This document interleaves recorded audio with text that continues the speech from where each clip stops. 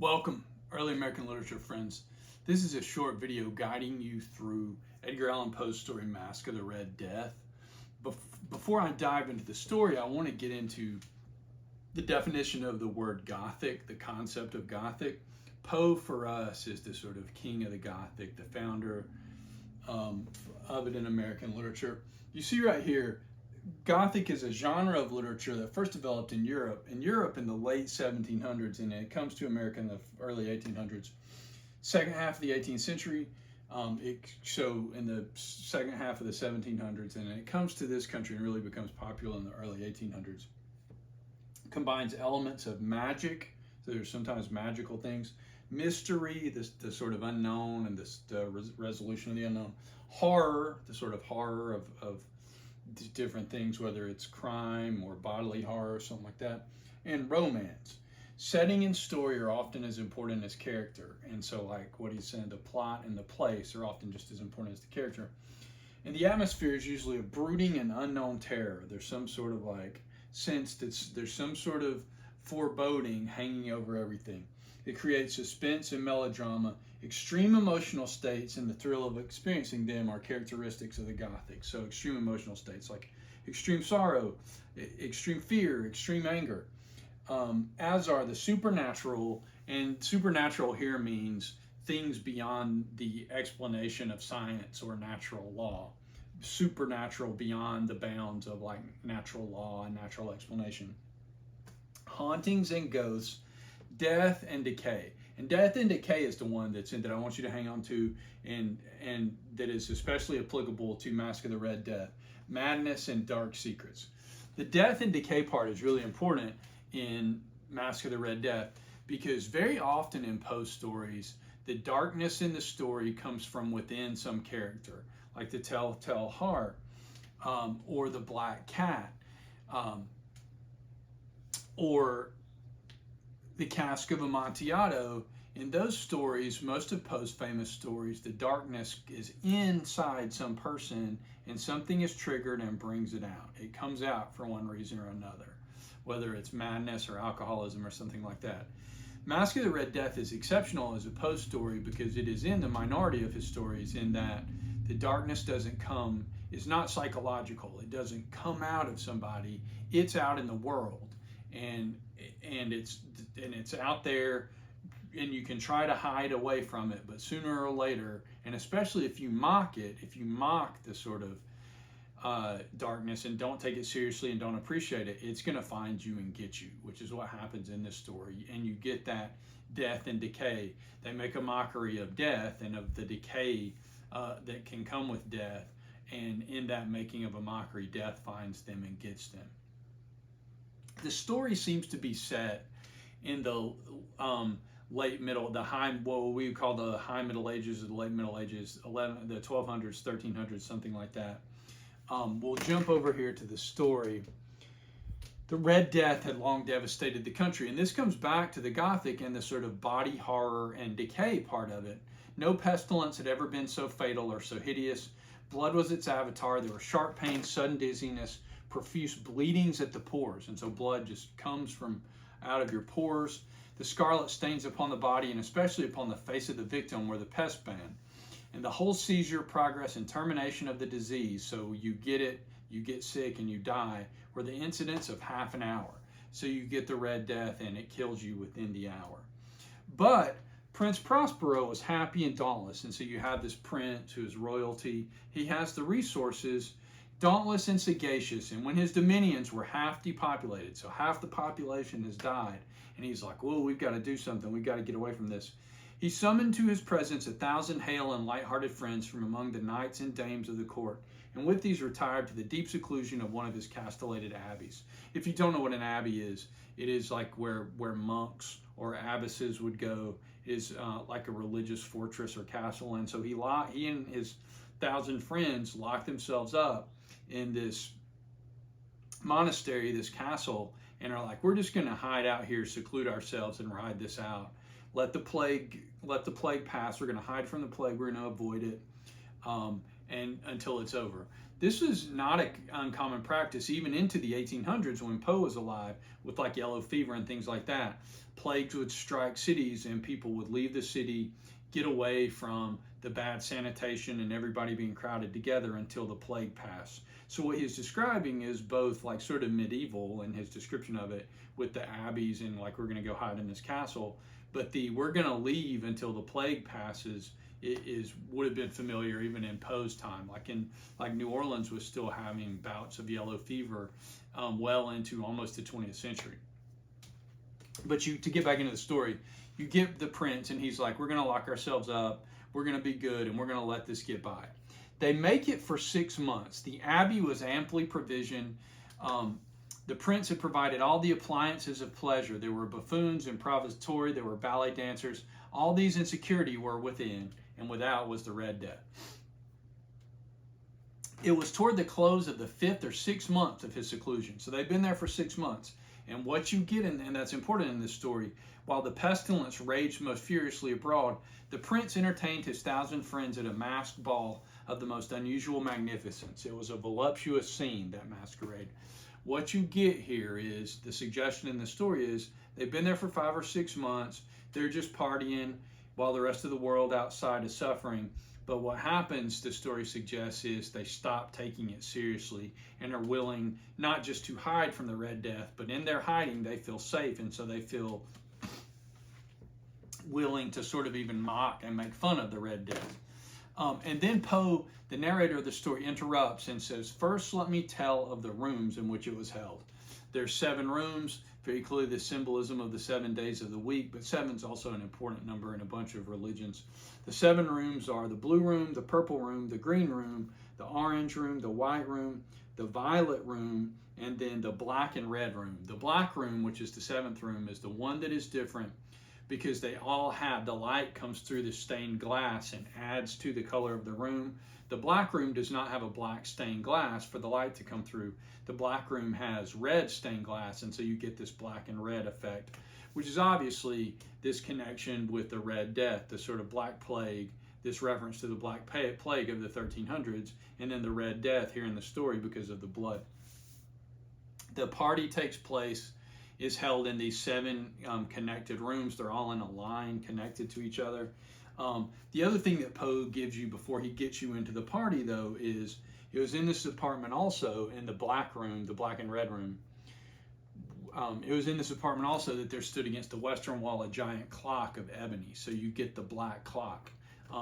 It's one of the clocks that rings, that tolls on the hour. His pendulum swung to and fro, and when its minute hand made the circuit of the face and the hour was to be stricken, there came forth from the brazen lungs of the clock a sound which was clear and loud and deep and exceedingly musical, but of so peculiar a note and emphasis that at each lapse of an hour the musicians were constrained to pause momentarily.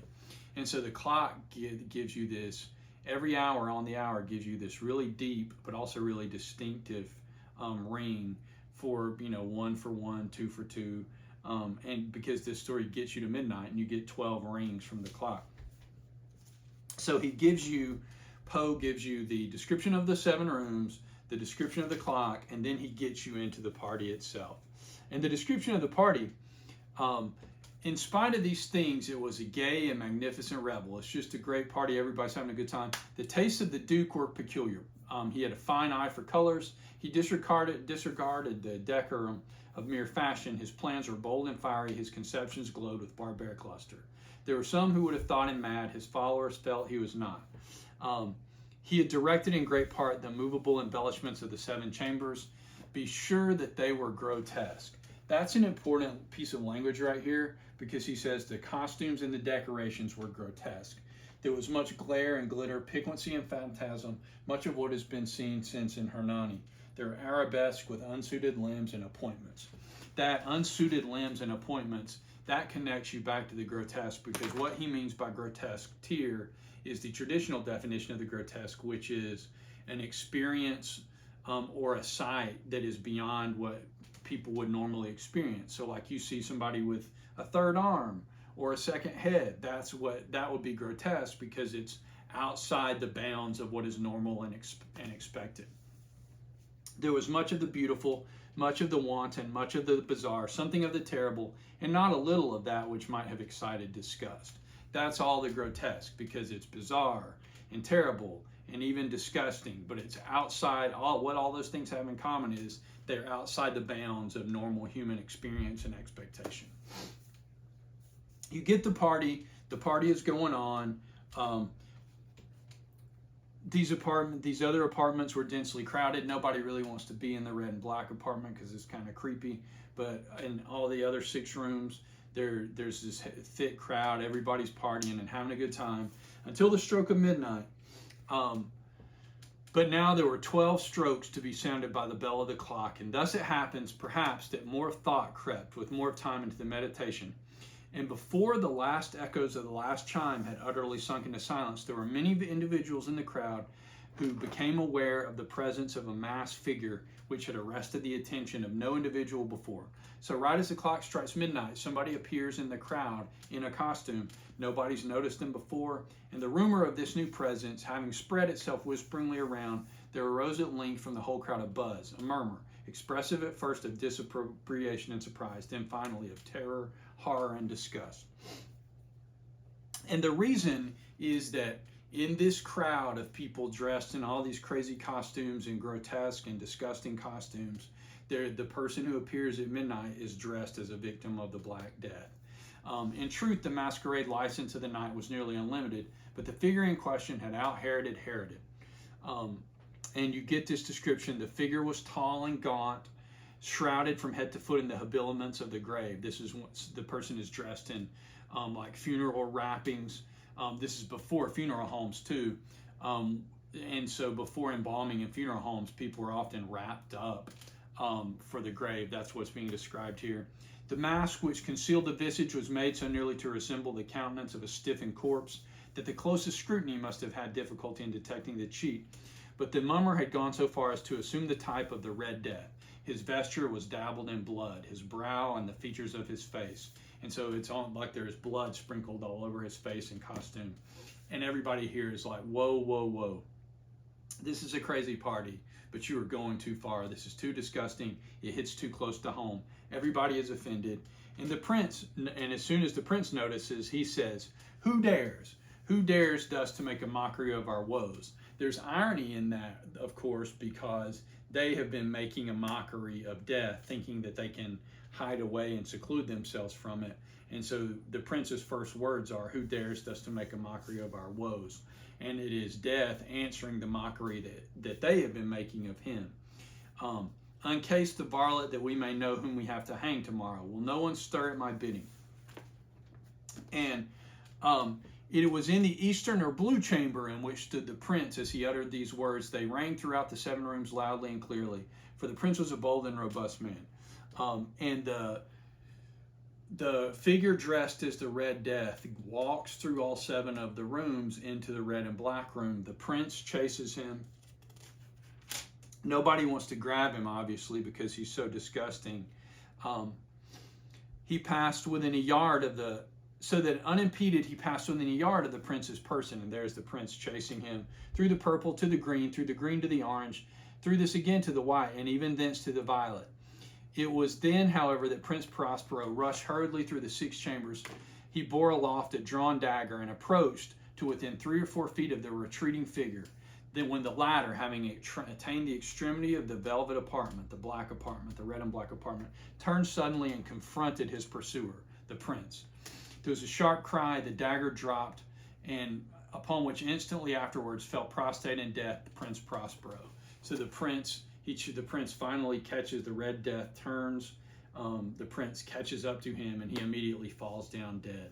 Then summoning the wild courage of despair, a throng of the revelers at once threw themselves into the black apartment, and seizing the mummer is another word for like a person in costume. It comes from the British slang for mumming and like going out dressed for Halloween and things like that. After the prince dies, The other people in the crowd grab the Red Death figure, but they gasp in an unutterable horror at finding the grave cerements and corpse-like mask which they handled with so violent a rudeness, untenanted by any tangible form. So they pull off the mask, pull off the dressings, the grave dressings, the burial dressings, and there's nothing there. It's just empty because it's the Red Death and the Red Death. And now is acknowledged the presence of the Red Death. He had come like a thief in the night. And so they decide to have this party. Death has finally had enough of being mocked, and he has found them. And one by one dropped the revelers in the blood-bedewed halls of the revel, died each in their despairing posture. Life of the ebony clock went out with that of the last of the gay. And the flames of the tripod expired, and darkness and decay and the Red Death held illimitable dominion. That idea of illimitable dominion, that the death, you can't hide from death. No matter what you might do to seclude yourself, death has limitless power. It'll find you soon. You can't hide from it. It'll find you wherever you are. And this is, again, to circle back to where we started, this is one of the few Poe stories where the darkness is out in the world and it comes in and finds you. The darkness is not in somebody and it comes out. This is one of Poe's few stories where the world, there's a darkness in the world and it will get you. You can't hide from it. Even if you can hide from it for 5 or 6 months, it's out there and it will find you sooner or later. Misfortune will find you and eventually death will find you. And so there is this is one of Poe's least psychological stories. If there's any psychology at all, it is the psychology of the party and the sort of like you're partying in the face of a plague and that's a bad idea. But the darkness does not come from psychology from some person. It comes from out in the world and gets them.